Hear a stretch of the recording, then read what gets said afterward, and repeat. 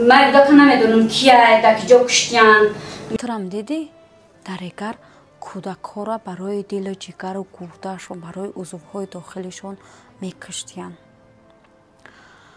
این انا همون حرفای هست که از یک زبان به یک زبان دیگر برآمده باعث تهلکه، باعث آوازه‌های به اساس ما مردم شده. می آمدیان گلک‌ها را می بردیان از صورت گلک کارایی کردیم دیدی؟ می بردیان گرده‌هاش نمی گرفتیان. مقصد از گذاشتن نوار اول در آن است که انا همون چند عکس و چند صدایی که شما میبینید در تمام شبکه‌های اجتماعی پهن شدند، گویا که در شهر ترسونزاده کودکان را برای عضوهای داخلیشان میدزدند، اونم در وقت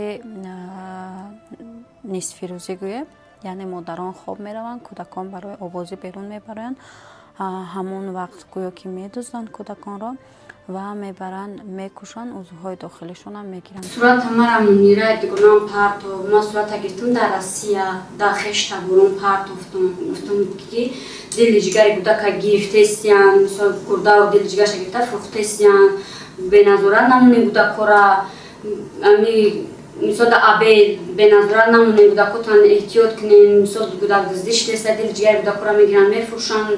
خیلی عذری زیاد مقصد همین نواری مثال چیکردگی ما اوزه با دروغ چیکرده باشم ترسیده باشم مثلا چیکرده باشم عذری زیاد این گپا همه دروغه ای کار کردگی خود پشیمون هستم. ما در یک دولت در یک وطن زندگی داریم که پیش از همه امنیت ما در آنجا پابرجا است.